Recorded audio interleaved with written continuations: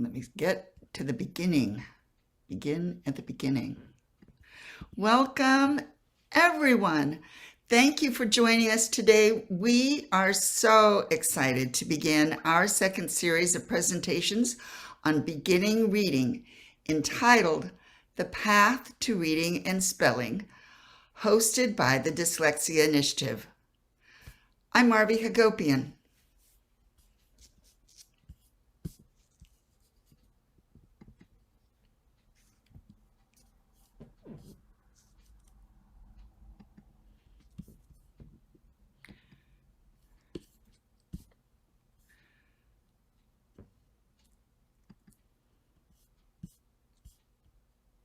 Stopped our share so you can see us.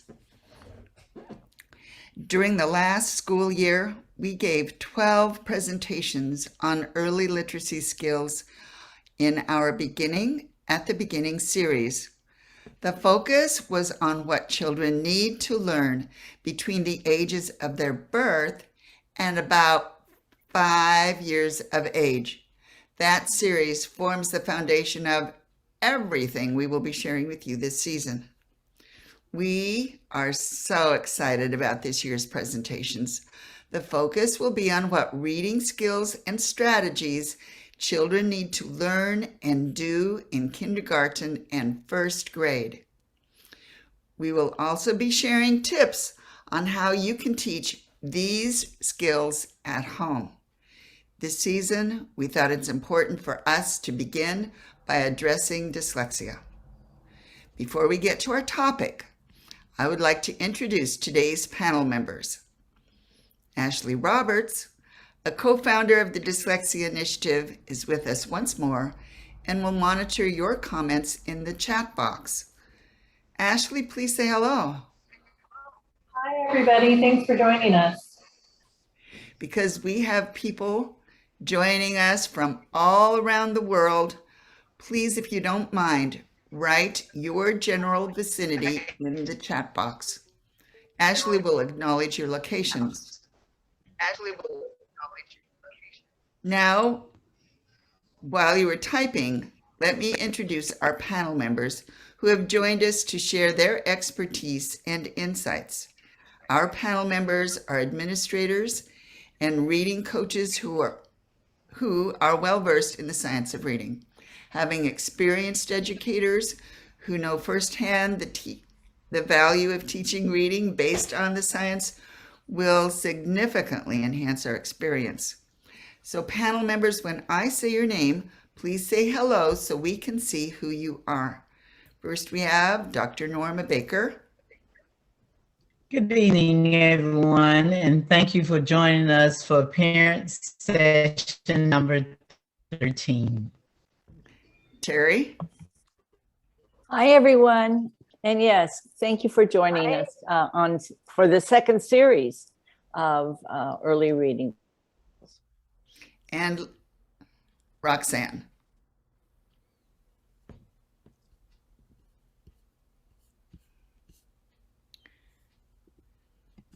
Are you there, Roxanne?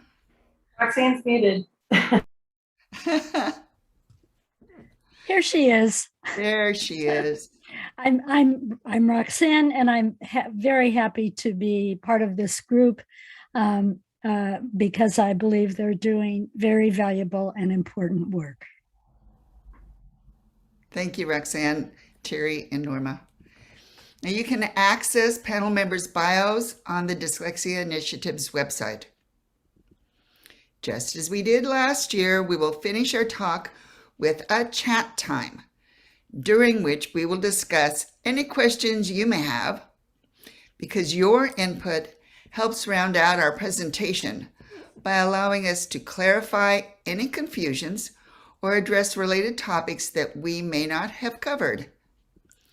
Ashley, it's time for you to tell us about the locations from where some participants are watching.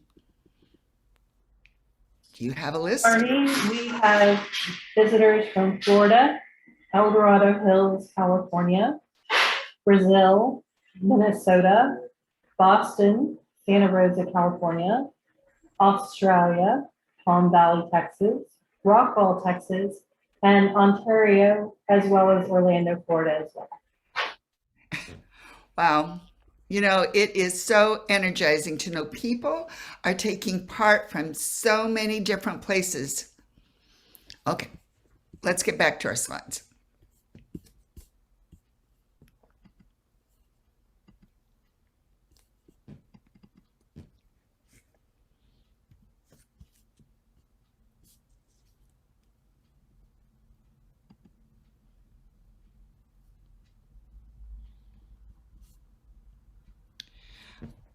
Our focus today is on dyslexia. Our goals are to demystify what dyslexia is, what it isn't, how to recognize children who are dyslexic, and what research says about how we can prevent reading failure. Knowing the characteristics of dyslexia can help us identify and support children who are experiencing difficulties with early literacy development. Children do not outgrow dyslexia. However, they can reach their full potential if they receive intervention early.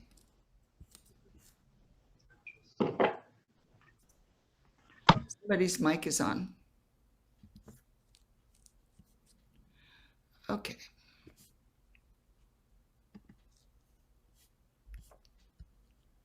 Before we discuss dyslexia, let's watch a short video clip describing some emotions dyslexic children experience.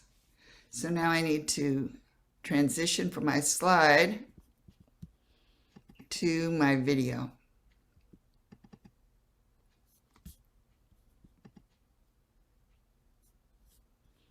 Okay, let's watch.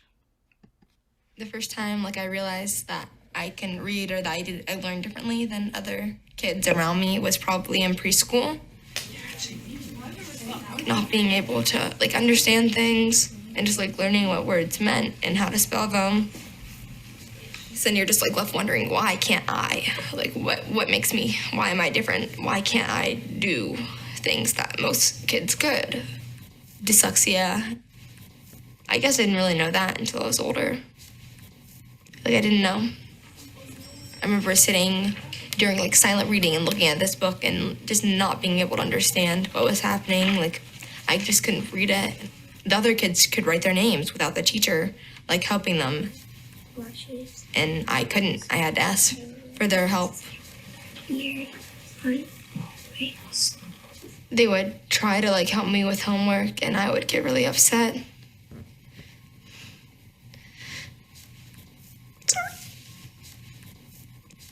Just frustration and just putting so much work in and just it was too much.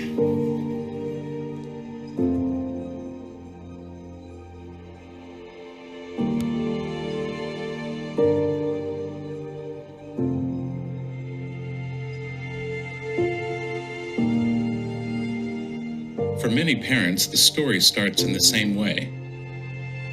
The kids are happy, carefree, self-assured. They look forward to their first day of kindergarten. They're eager to learn and make new friends. But early on, the parents realize there is something wrong. When I'm in a reading group and it's my turn to read, it gets stressful because I don't know the words, and then some kid in my class says, you just don't want to read because you don't know how. How does it make you feel? Talk about how you feel. Very upset about it. I don't belong there anymore. Are you upset at the school or are you upset at yourself?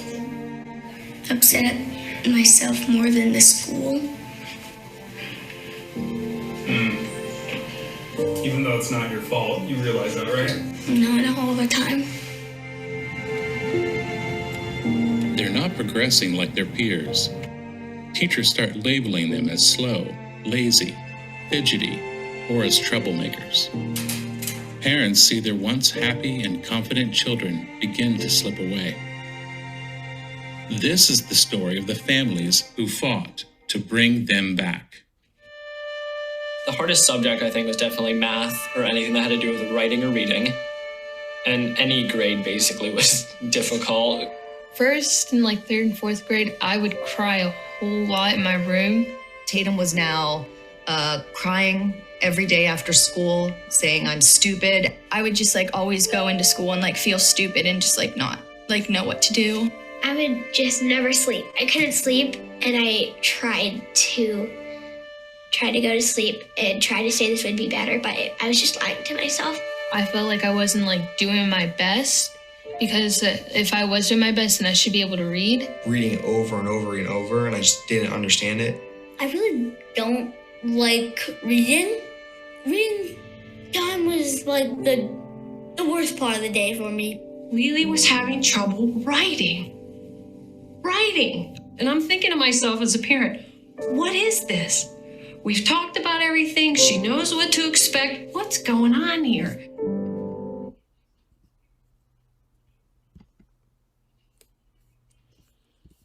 I'm going to switch back to our slides.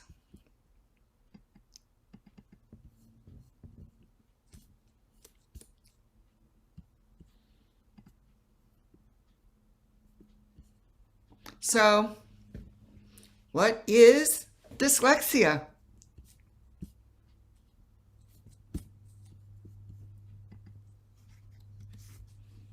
Oops, wrong way. I'm going to get at the answer there. Here we go.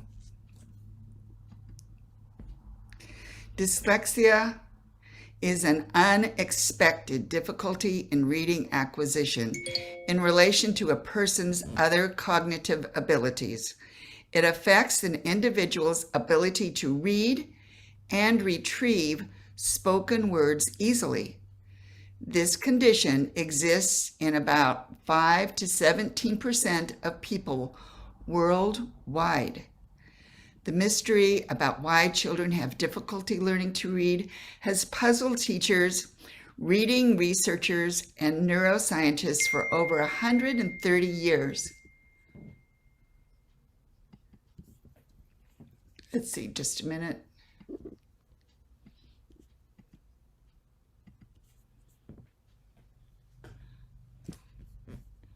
I think there's a problem there, but I really don't know what it is. Marvy, the slide is not fully visible. Oh, I understand. Okay, thank you. Let me go back to the slide. I think I transitioned too quickly. Let me know when it's better, please. It is. Okay, let's go back. Okay, is it good now?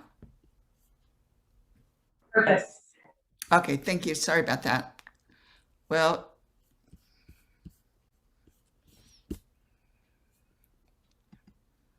I knew there might be some technical difficulties because I have so many different screens up. Okay. Now it's too big again. Oh, I don't know what that's, I don't know why.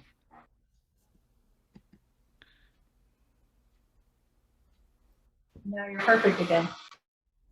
Okay, this is an issue. I'm sorry, people. I don't know the reason. I don't know the cause of the issue, but let's hope we can get through this. Okay, so fortunately, with regards to dyslexia, modern technology and brain imaging is helping to sort out the problems. I think we're going to have to just deal with this issue because I really don't know how to fix it.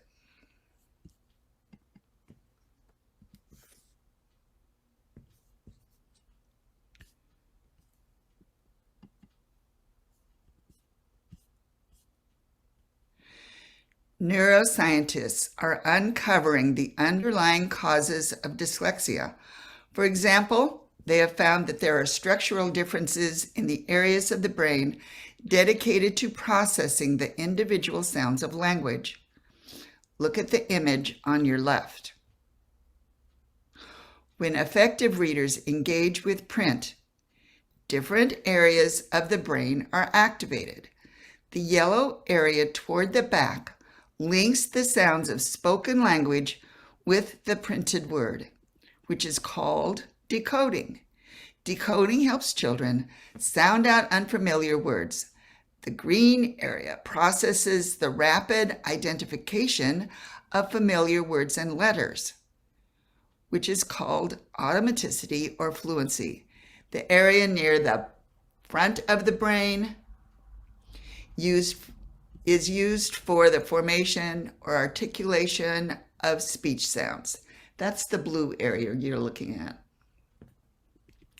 When good readers read, excuse me,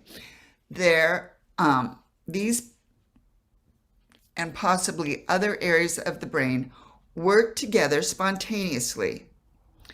Now, notice the struggling reader's brain on the right side. Only the blue area near the front is activated. Other parts of the brain involved in active reading are not stimulated. This is a sign the circuitry between the areas responsible for reading is weak. Current research is showing additional regions of the brain may also be important for reading. As an example, the area responsible for working memory may be involved. What's important for you to understand is that children who are dyslexic can become good readers because the brain can form new pathways. In other words, it can generate and strengthen neurons to bridge weaknesses between the phonological processing part of the brain and the other areas important for reading. Evidence-based research has shown that timely, intensive phonological, phonemic awareness, and phonics-based intervention improves the connections between regions of the brain responsible for reading.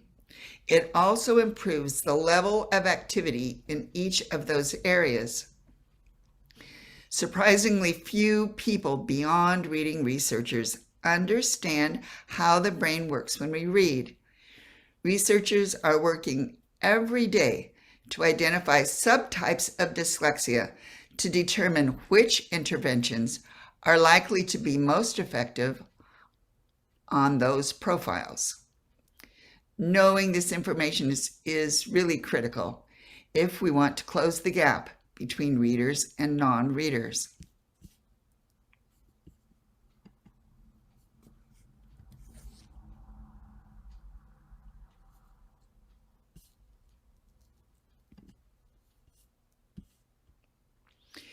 We used this slide in last year's series to help you understand the main components of beginning reading. Dyslexic children have problems with cornerstones 1 and 2. Can everyone see my cornerstone slide? Yes, it's all totally visible. The whole Okay. slide is. Thank you. Okay. So dyslexic children have problems with cornerstones 1 and 2. Letter knowledge and awareness of the sound structure of language. In an alphabetic language system, sounds are represented by letters and letter combinations. We use this system to read and write words, the learning that occurs in Cornerstone 1. The ability to hear or distinguish sounds is part of Cornerstone 2. In kindergarten and first grade, Cornerstones 1 and 2 are often taught in the same lesson. Difficulty hearing or distinguishing phonemes, which is sounds, is the most prevalent reason dyslexic children struggle when reading.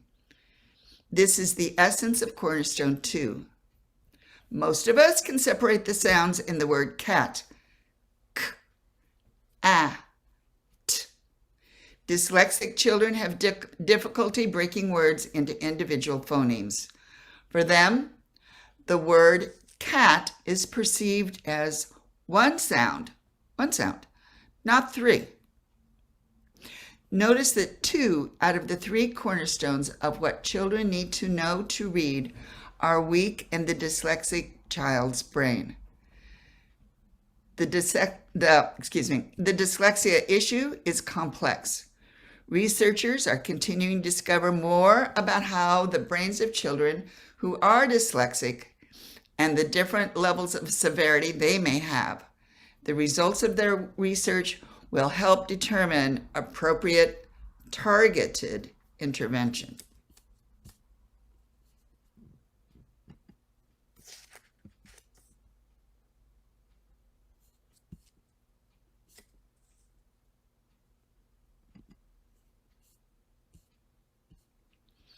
Now, our next video does a fantastic job of explaining what has been discovered so far about how the brain is structured.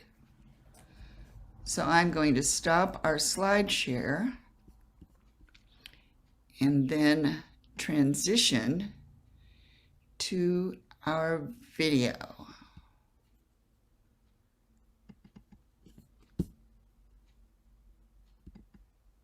Dyslexia and the brain. Let's watch it. We've known for some time what children with dyslexia look like in terms of their reading skills, skills in areas of language like rhyming and what's called phonemic awareness. But the brain research has really added to this by showing us what the brain looks like when people read and what the brain looks like when people with dyslexia read, and there are some differences. When we think about reading, we need to remember that we are really probing a person's ability to understand that words are made up of sounds and that those sounds have a representation in their written counterparts in the letters. And this is where things can become very difficult for a child. Understanding that a word that sounds like one continuous sound, like cat or dog, is actually made up of three sounds that are joined together so seamlessly that you would hardly know that they are in fact three sounds, and because of that are represented by these three letters. Key takeaway. Dyslexia involves trouble connecting the sounds that make up words with the letters that represent those sounds. Something that many of us take for granted and forget is just how complicated reading is. There's nothing about our brain that was designed to learn to read. When our brains learn to read, we rearrange them quite significantly and we draw on a range of skills that were designed to do other things. The same mechanisms that we use when we read, which is accessing the sound representation of language, that area in the brain is involved when we read. It's clearly become directed towards reading and not just spoken language. And it is integrated with areas in the back of the brain that help us recognize words that we then at some point begin to recognize by sight, because the oral part of language is important in helping us put the sound representation on words. But after we see a certain word a number of times, we don't necessarily have to sound it out every time, but we begin to move it to a part of the brain that helps us visually support recognizing a word by sight. The more we see those words, the less we have to actually sound those words out, but we recognize them almost like a picture. And it does seem that, in fact, the area in our brain that we use to see pictures in our visual environment becomes hijacked by reading. It literally, reading as it establishes in the brain, says, move over. Now I'm going to use this part of the brain to help us recognize word forms. And then we also have a part of the brain that helps us pronounce the word and pull out the right pronunciation, and that's in the front of the brain. So reading is made up of different components, and likewise, what we see in the brain is a network that reflects those different components that we use for reading. Key takeaway. Reading uses different parts of the brain to sound out unfamiliar words. Recognize familiar words by sight. Think about how to pronounce the words.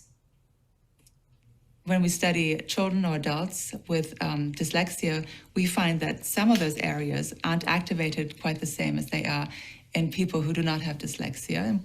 The imaging research has given us kind of a very nice inside view of the reading brain and how it differs in struggling readers.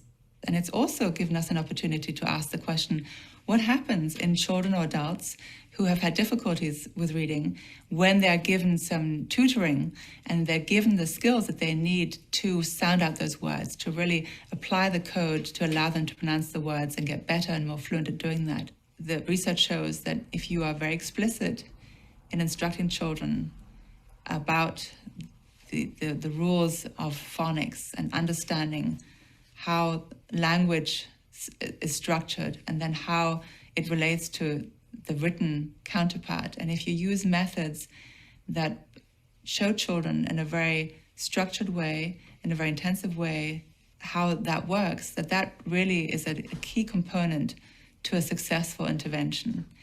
And once you understand the relationship between sounds and letters and you can read, you then need some time to become a more fluid reader. Give your brain the time to not just increase the skills in phonological processing, but also now have the experience of encountering words again and again so that you can commit them to your visual word memory and have the practice and then go on to use that skill to derive meaning.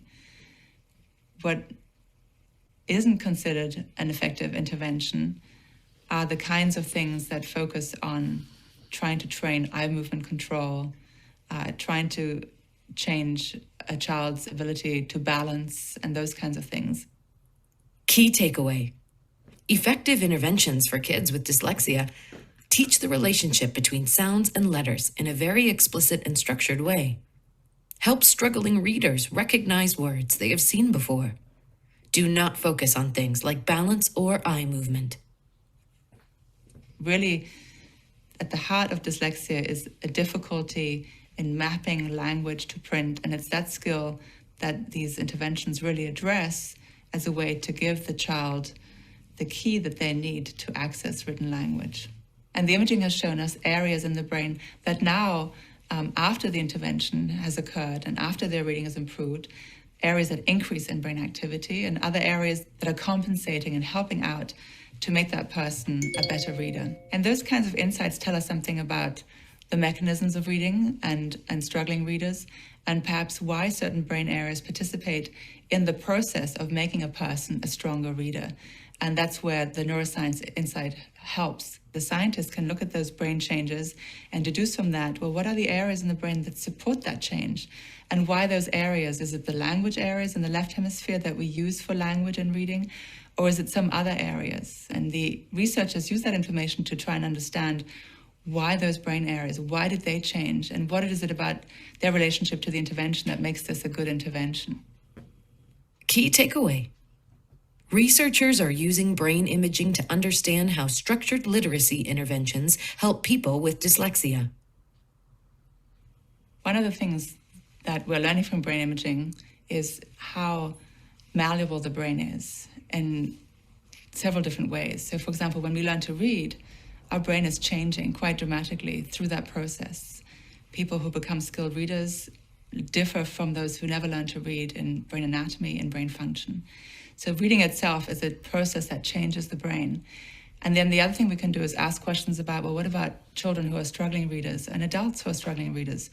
Maybe as an adult you would think you can't make any more gains in reading, but in fact you can.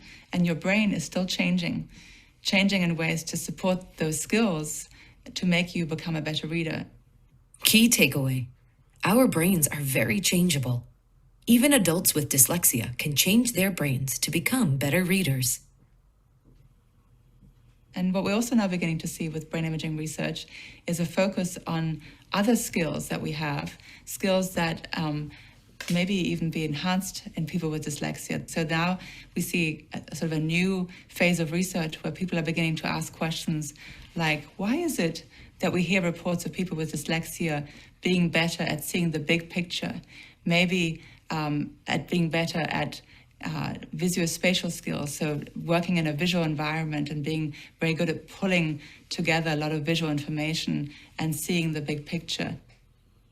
Key takeaway: researchers are beginning to study visual spatial skills and other strengths that may be linked to dyslexia. If you translate that into a laboratory environment, you may test that by asking people to see images where your ability to detect differences really require you on taking in the big picture rather than just focusing on a detail. And those have shown that people with dyslexia, when faced with that kind of a task, are better than those who do not have dyslexia. And now the question with the imaging is, how is that information processed in the brain, and how does it speak to the other differences that we see in those brains. Is there a trade-off? Does the dyslexia come with a heightened skill, or does the experience with dyslexia produce that heightened skill, and what does that look like in the brain? Key takeaways. Different parts of the brain are used to sound out unfamiliar words, recognize familiar words by sight, and pronounce the words. Effective reading interventions can change the brains of kids and adults who have dyslexia. Brain researchers are starting to study strengths that may be linked to dyslexia.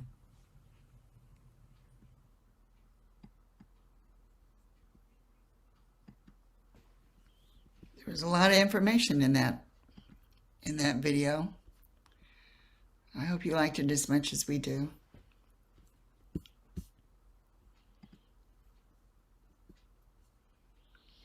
So researchers have discovered several strengths dyslexic children have.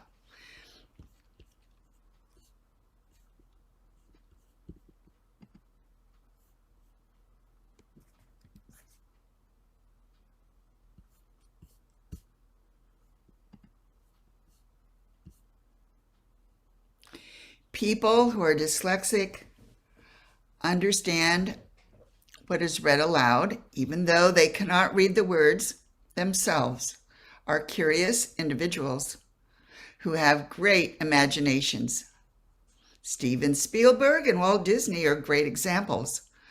They embrace new ideas such as Thomas Edison and the Wright brothers. Dyslexic people are better at seeing the big picture than they are specific details. And they enjoy solving puzzles and building models like Albert Einstein and Stephen Hawking. They excel in visual spatial skills not dependent upon reading. So Leonardo da Vinci, for instance.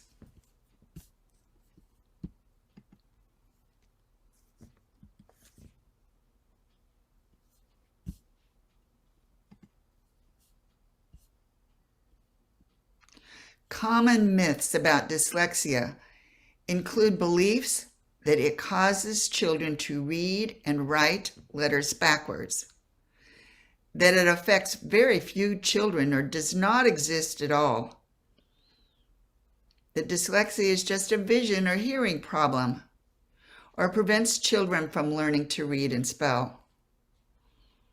Other myths are that it can be outgrown, mainly affects boys, and occurs in only a few countries.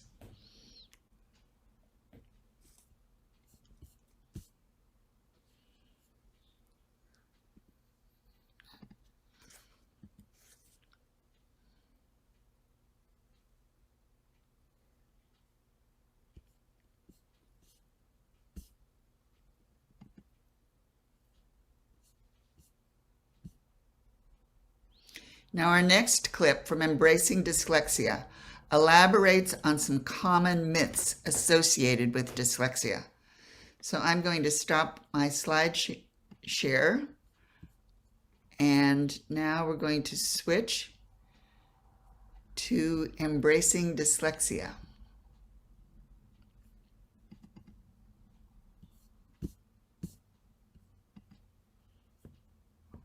There we go. So I'm going to start our video. But at the end of the day, I got a degree, and I'm happy for that. Some of the common myths about dyslexia fall under common questions and common characteristics of dyslexia. For example, reversals. Many people think that individuals with dyslexia see things backwards, when in fact that is a myth. They don't see things backwards. It's actually a neurological issue within the brain. Another myth is that dyslexia is rare, and in fact, dyslexia is not rare. 1 out of 5 people have dyslexia, and most of them will go undiagnosed their whole life and will struggle. Some of the myths are that it's a vision problem, and it's not a vision problem. It cannot be corrected by colored lenses or overlays. It cannot be corrected by any kind of vision therapy. If vision therapy does correct the problem, then it's not dyslexia. There's a common misconception that it's a hearing problem or an auditory processing problem, which is different than phonological processing. Another thing people believe is that dyslexics cannot read. That is absolutely not true. Dyslexics can read up to a point, but around third grade, if not sooner, they hit the wall in reading development. Another myth is that people believe dyslexics will never read well. In fact, dyslexics can become excellent readers, great spellers, wonderful writers, if they are given the proper interventions. Oftentimes I am told, well, that's just kind of a junk term. It doesn't mean anything anymore. I even recently had a parent that took their child's results after being diagnosed with dyslexia to the principal, and the principal said it does not exist. There's no such thing as dyslexia. Some of the comments and stories that we get from parents, you're not sure if you want to laugh or you want to cry about them because they don't make any sense. We'll have a parent say, my child's in third grade and he's not reading, but the teacher's telling me that he's not trying hard enough, or he's just a little slow, or he'll grow into it. I had one parent tell me, who was from a very affluent school district, when her child was in first grade, that the teacher said to them, or it might have been an administrator, that not everybody's child can be smart, and somebody has to stock the shelves at Walmart. How do you tell that to a first grader? How do you sell them that short, that early? If I could do anything for the children and individuals with dyslexia, it is to root out this insidious myth that children who can't learn to read are dumb or are stupid or not working to potential. What I want everyone to understand, that there is reading and there is intelligence. And the reading circuit is about putting together all these parts with a child's intelligence. The intelligence of a child is not shown by whether they can learn to read or not. And it is an assumption that is shared by so many people and makes children who can't learn to read feel stupid. So we have a big problem in American education. The problem many of us are trying to work on in this field that affects anywhere from 2.5 million to 10 million school kids, we're not allowed to name when we're working with kids in schools. Dyslexia. But what I think is important about labeling is the context matters. Labeling is not always bad, neither is it always good. And it can be disabling if what you're saying to a child is that dyslexia is a litany of deficiency, a list of things you ain't good at. It doesn't have to be that way, but we have a duty, we who are adults have a duty to change perceptions so that people understand the talents that go along with dyslexia and those who have it in the way their brains operate. It's a package of strengths and some areas of challenge.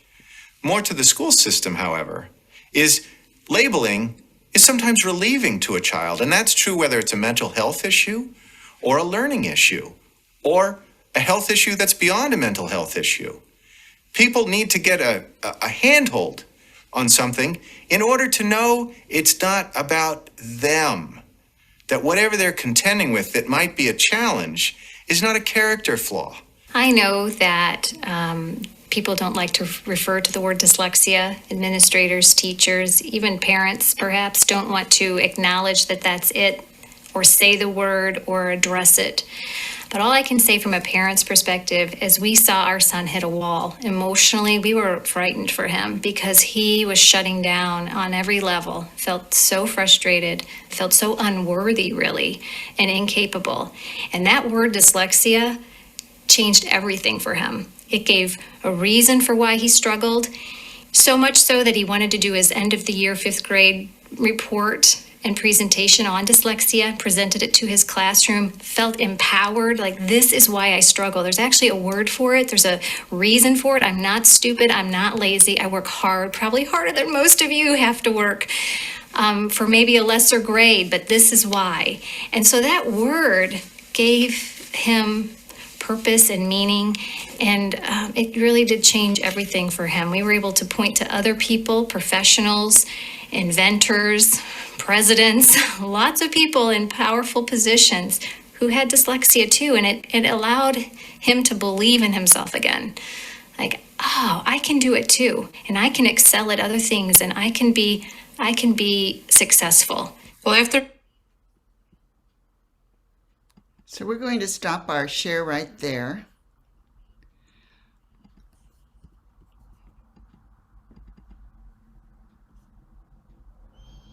You know, often when children know the reasons they are Marby? struggling, excuse me? Oops. You're showing the script? Well, there you go. Okay. Now we're back. Yes, I have to read the script, or I'm always afraid I'm going to miss some important parts. Okay, now we're back on track, I think. Often when children know the reasons they are struggling and that their difficulties have nothing to do with intelligence, they become empowered. The entire Embracing Dyslexia video is 50 minutes long. Should you want to watch the full version, we will post the link on the Dyslexia Initiative's website.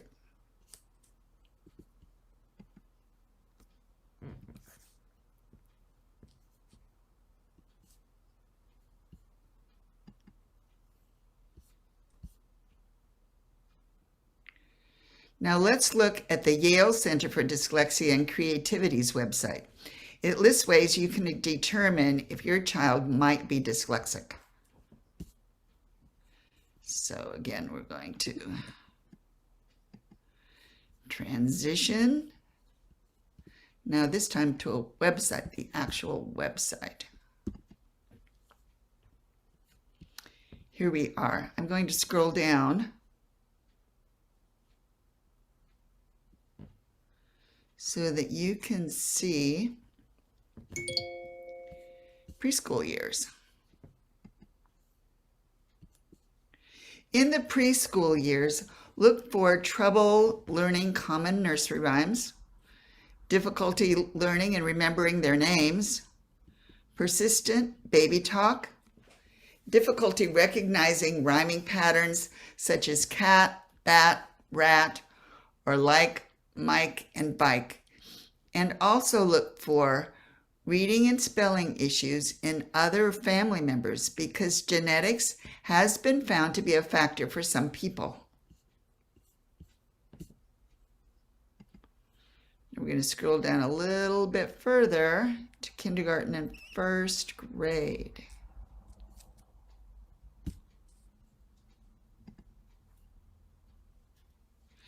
Red flags for kindergartners and first graders include reading errors that show no connection to the sounds of the letters on the page. Instead, children may look to illustrations to guess.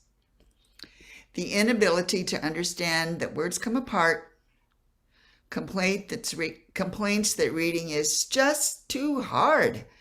Again, a history of reading problems in parents or siblings, the inability to sound out simple words, and the inability to associate letters with sounds, such as the letter B says B, or vice versa, that B is spelled with the letter B.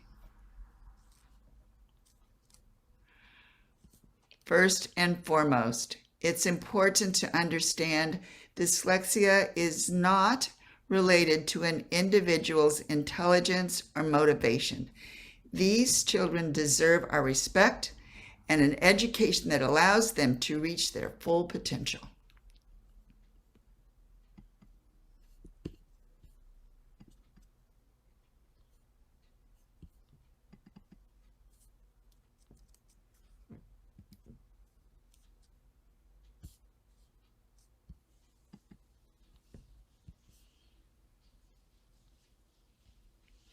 Okay, let's watch this video as a review of what we have covered so far.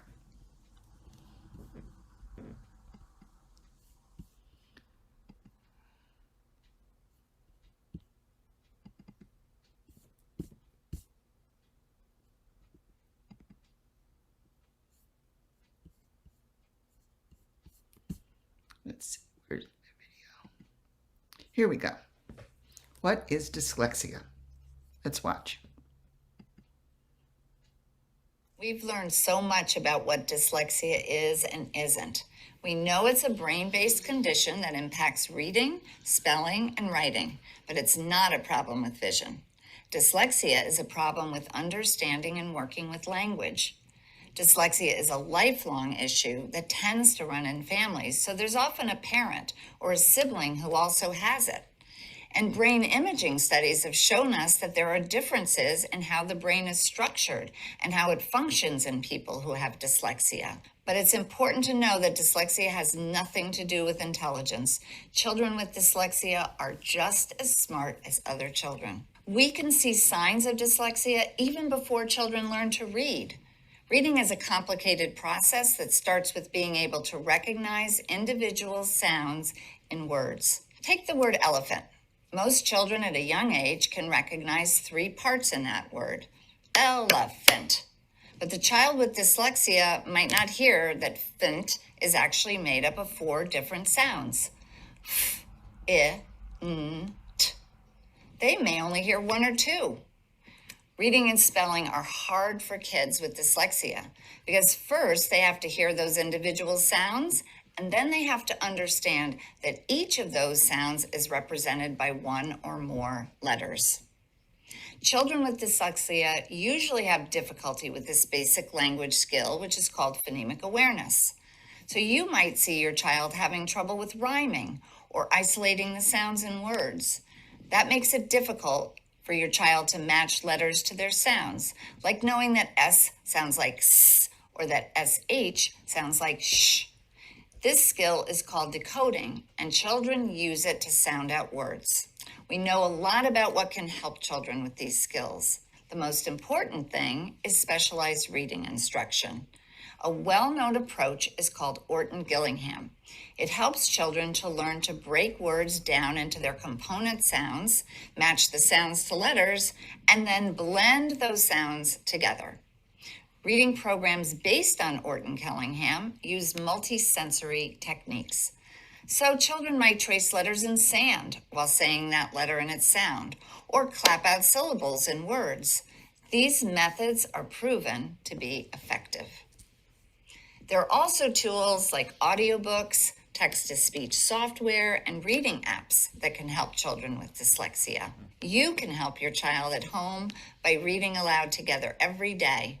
Choosing books that tap into your child's passions can help develop an interest in reading. Playing rhyming games, reading nursery rhymes, and singing songs can also be a fun way to help younger children build early reading skills. It's important to know that even though children don't outgrow dyslexia, they can become skilled readers and strong learners. With the right support, they can succeed in school and in life.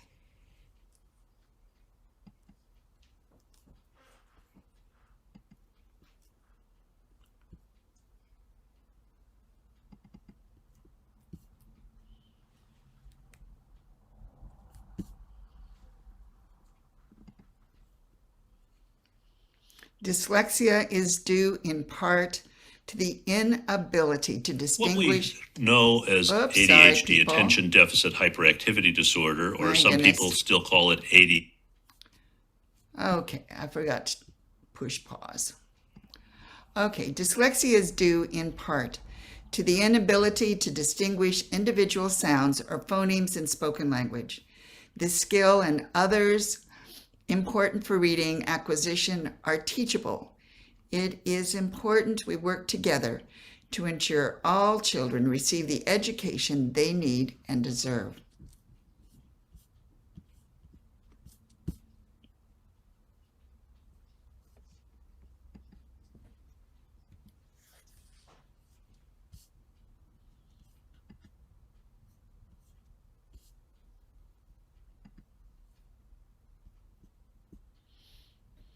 As we wrap up today's session, we would like to remind you that if you joined us for the first time today, we want you hope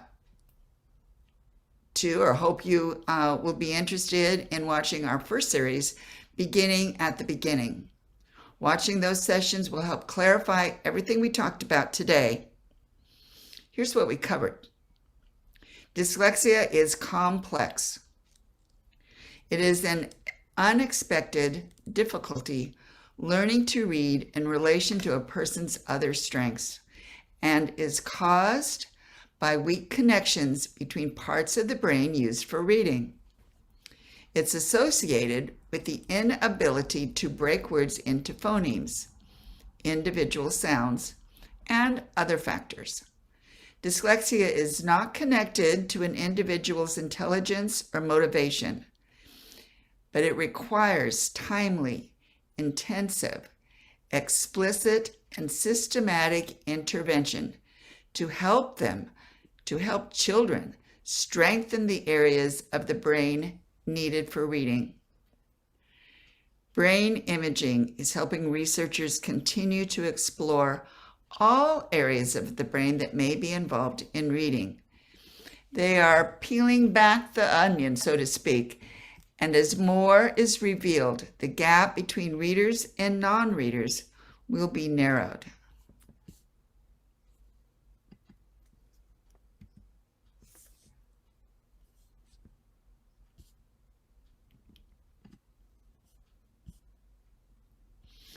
Near the end of every presentation, we offer some recommendations for you to consider should you be interested in learning more about today's topic. First, you can visit the links on the Dyslexia Initiative's website. Just search for the Dyslexia Initiative in your browser. Then choose Recorded Sessions in the menu and click on the Parent Sessions. We ask that you consider sharing what you have learned today with school administrators, teachers, friends, and family members. And then consider joining us in 2 weeks for Parent Session 14 on standards and frameworks. Same time, same place.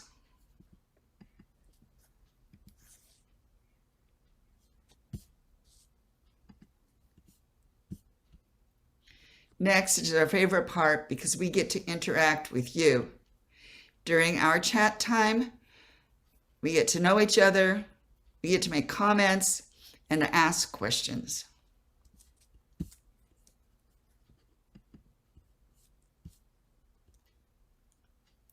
So now I'm going to stop our share and open this up to our panel members and to you. So please enter your questions in the chat box. Ashley will help monitor your questions or your comments. And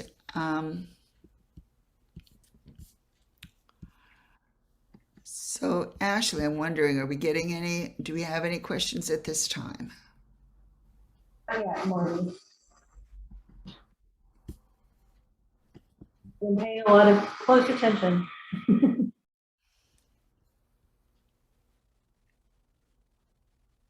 Well, I apologize for the glips, but I knew this was going to be a hard session because we had so many videos to share.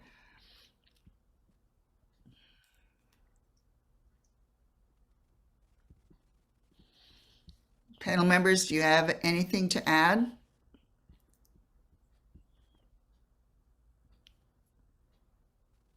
I don't at this point. And I don't at this point either. Okay. Well, I would like to share that today I spent the morning watching the California Reading Coalition's presentation. This was their first of it's what's going to be their annual presentations. It was excellent. I watched Dale Webster deliver his information on the science of reading and dyslexia. Interestingly, it was very similar to what we presented you today. That's because there is consensus on the causes and what we need to do and understand about dyslexia if we are going to help these children learn how to read. So it was reaffirming and wonderful also to see some of my friends doing the presenting. The California Reading Coalition should have their recorded sessions available online. So you're going to, I'm sure, be interested in looking up that website and watching their presentations as well. The more variety of sessions that you watch, the more variety that you spend time reading online or watching other videos about dyslexia, the easier it will be for you to understand your child and what you need to do to help them. Okay, Ashley, any questions? We've had a couple come in, yes. And the first one that I want to share is it's a parent whose child is in middle school, and she's asking what we suggest for intensive intervention. And before I turn that over to y'all to discuss, I wanted to say that at least at the Dyslexia Initiative, we do not recommend specific programs. We defer to the International Dyslexia Association's list of approved programs. That's not something that we're comfortable doing. What I would recommend though is with any program, always do your research. They need to be sharing the scope and sequence with you. They need to be discussing the data behind their research with you. They need to be sharing what the time is, and you should always see progress relatively quickly, which doesn't mean that your child should go from a non-reader to reading War and Peace in 6 to 8 weeks, but your child should have some moderate progress within 6 to 8 weeks, or you run the risk of that not either being the right program or it not being maybe the right fit with the teacher, or there's several elements that you should look at. But you should see some level of progress within 6 to 8 weeks. And with that, I will turn that question over to y'all. Can you repeat the question, please? Sorry. What intensive programs do we recommend? Oh, well, I think Ashley answered everything well. I mean, we had the video that did talk about Orton Gillingham. It's not that we're recommending that is the only program. I mean, that's a program of many different good programs. We chose it because it was a nice wrap up of of all of the information that we were sharing today. What's interesting about today's session for the California Reading Coalition is that researchers are discovering that, there are several good reading programs, but just like Ashley said, the fit is important. And Ashley's recommendation that if your child is getting intervention and is not showing progress in a 6 to 8 week period, I would recommend you would need to be asking some questions, and there would need to be some additional diagnostics happening, because you should see some differences in your child. And one of the things you're going to notice when things are working is that your child is going to be a whole lot happier. You're going to see that. They're going to see more smiles on their faces. Anybody else? I don't have anything to add to what either you or Ashley said. You've covered it. Okay, next question. Well, if I can, I want to add to your last statement, Marty. from an advocate point of view, I find that one of the greatest things that happens is that what I call the child's educational equation is not fully understood. And what I mean by that is that, you know, a child may have just been screened for, or, you know, just evaluated for dyslexia, but maybe dysgraphia exists with the child as well. And that's going to add to what is the educational equation for that child's needs from a remediation perspective. ADHD is something that when added with dyslexia, depending upon the form of ADD or ADHD and, you know, boy or girl, and, you know, how that manifests within the child, also can change the formula for how that child has successful remediation. So if you're not seeing progress, I want to echo exactly what Margie said, which could be that perhaps you don't have a complete evaluation of the child's needs. And that is a really important thing to look for, because there are certain states that will initially only evaluate a child for dyslexia and nothing else. And that is robbing the child, it's robbing the family and the child of understanding that child's full educational equation. And I like to use that phrase because I really don't feel that there's kind of a better way to encompass all of the aspects that make up how that child is going to be a successful learner. Because our kids are fully capable of being highly successful learners and having full remediation. And I just want to stress that because I think that's important. An additional question for you ladies tonight is, what do you feel is the best progress monitoring tool that schools can use on a monthly or weekly basis?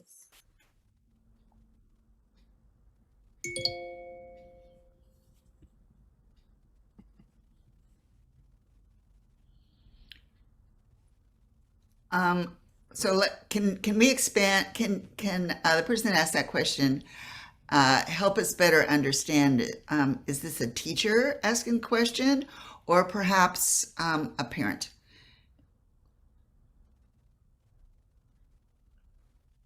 I'm not sure unless they comment again. Okay, let me say one thing about assessments, because actually Terry and I worked together on developing assessments when during our reading first years. And what really is important about if you're trying to find a good assessment, there are a variety of assessments. You have your diagnostic assessments, of course, but if you're interested in ongoing assessment, I think it's important for people to understand that what is being assessed should always be based upon what has been taught. So when you're working, even when you're working on phonemic awareness, for example, if you have the skill of rhyming and that's all that's happened, you're going to want to see an assessment that's dealing with rhyming that is designed in such a way that may give you some a window of understanding where that child is in as far as rhyming is concerned. Can they rhyme simple words, at, mat, bat, or can they rhyme more difficult words, 4-letter words, send, mend, bend? Some children have a great deal of difficulty with rhyming, but you're also going to be looking at the phonemic awareness. Can they break words and simple words into? Am I speaking too much, Terry? No, go right ahead. Okay, so you're going to be looking at the sounds that they have been taught, sounds and letters, and seeing if they can break those words into parts. I mean, basically what I'm trying to say is you have all of these different skills of phoneme awareness, phonics, spelling. All of the skills, you want to look at assessments that are teaching those skills that have been taught, that can be used to determine how well you have been teaching those skills and how much your children know and what they still need to learn. And so it's really hard on this kind of online interaction between us and parents and possibly teachers that are on here, because we don't know what program you're using. So to be very specific about a particular assessment is really difficult. We will be sharing with you some assessments that we wrote in our future sessions, things that you can use that will help, and we will help you understand those assessments that will help, I think, that you may want to use in the future. But for right now, that would be very hard for us to do, other than to just say, these are the kinds of things you're going to look for. Anybody else have anything to add? I was just going to say that a lot of programs have built-in 6-week assessment or every 8-week assessments. Hopefully the program that is being used at the school has built-in assessments, because they would be tailored to what is being taught. At least that would be the ideal, that they are going to assess what was being taught so that kids don't slide behind. They want to be able to know that the kids are on target with what is being taught. They've learned it and they're ready to move on to more skills. So probably checking with the school district, what kind of assessments are ongoing assessments that are used. Do they have a program that has those built-in assessments? And if they don't, what other kinds of assessments do they have that would or could be used to make sure kids are falling behind? Also, fluency assessments are very important to see how they put all these skills together to be able to read fluently.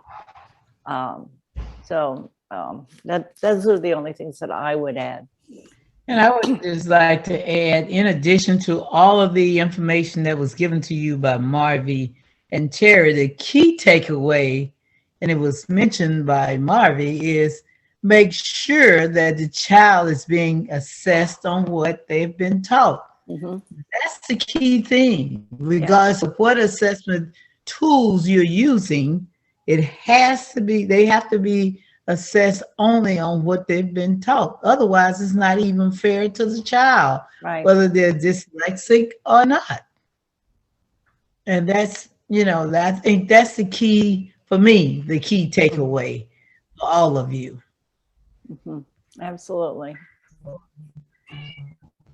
I'll add that she did clarify. And I think you're on mute. Can you hear me? Marty, is Ashley. There you are. Yeah, I said that's a perfect question for a child's teacher to as a parent, ask the child's teacher, can you tell me about these assessments? Are these assessments in the program? Do they match with what you've been teaching? Perfect. Marty, can you hear me? It's Ashley. Yes. So she did clarify, as a parent of a dyslexic child, she wants to monitor her child's progress with reading to see if they're closing the gap. We're having difficulty understanding what you're saying. Sorry. Okay. It's the parent of a dyslexic child monitoring. She wants to monitor progress to see if they're closing the gap.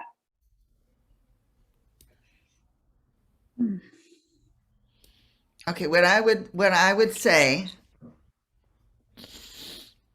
I'm not really sure that there are checks out there for parents, but what I can say is that's part, I think that that can be part of our presentations as we're working on all of these different skills, helping you learn how to work with your children at home. We will be sharing our the assessments that we developed, and maybe I can, while you're talking with other people, I can actually take you to that link and show you what that looks like. So maybe we can field another question, and I'll get that link. I can add a little bit to that question. What I use as a parent and what I encourage people to use as an advocate is the GORT and the KTEA, but both are annual assessment tools. They're not done every 6 to 8 weeks per se, but I use those to monitor on an annual basis my own personal child's growth within his remediation and how his needs change over the year. And I have used that successfully over the last 5 years to change how we remediate.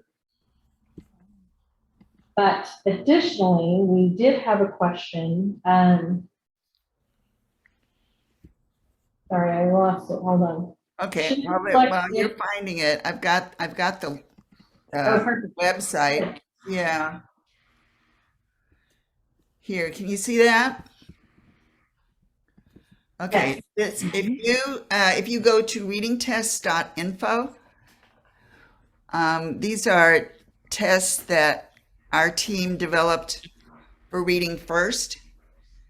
And if you'll notice here at the top, we have some kindergarten assessments, grade 1 assessments, grade 2, all the way up to grade 3 in English and Spanish.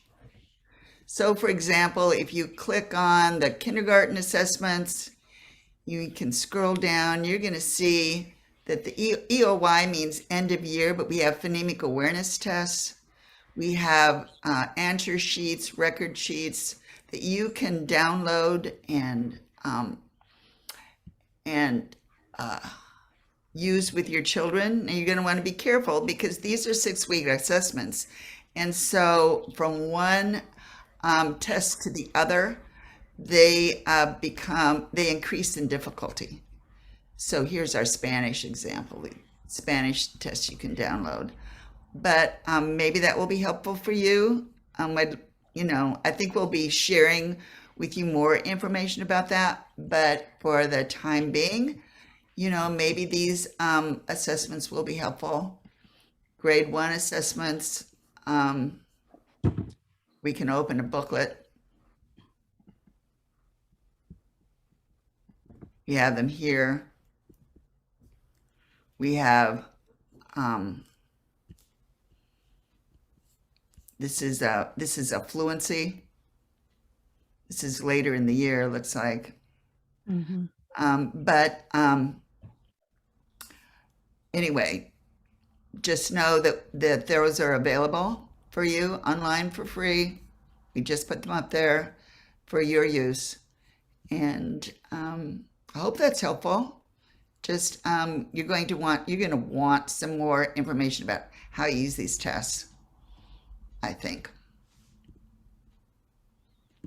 Okay, let me see.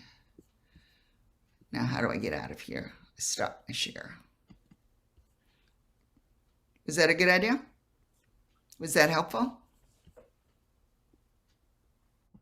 I switched to my headphones. Can you hear me better?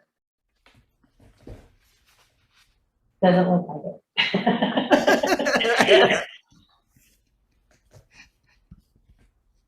I don't know why I'm suddenly having issues with my sound over here. I haven't touched anything. Okay. Well, maybe if we have no more questions, are there no more questions? There are a couple of questions, but I don't think you can hear me well enough anymore. I can answer the remaining questions in the comments.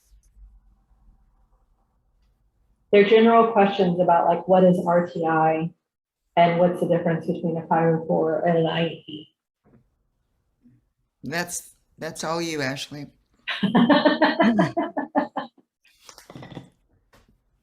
All righty then. RTI's response to intervention.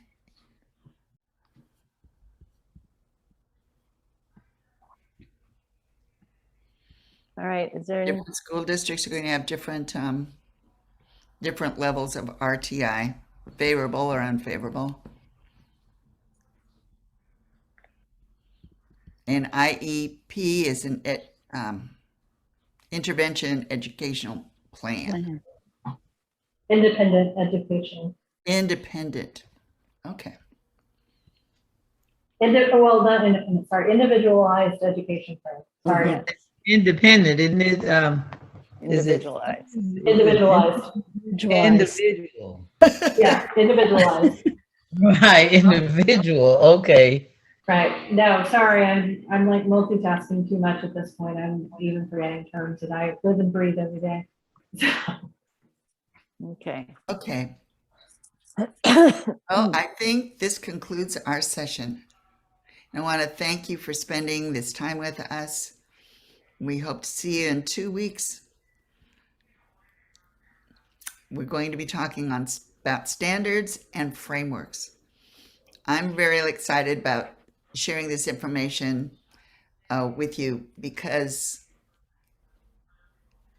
both are necessary if you want to have a good curriculum.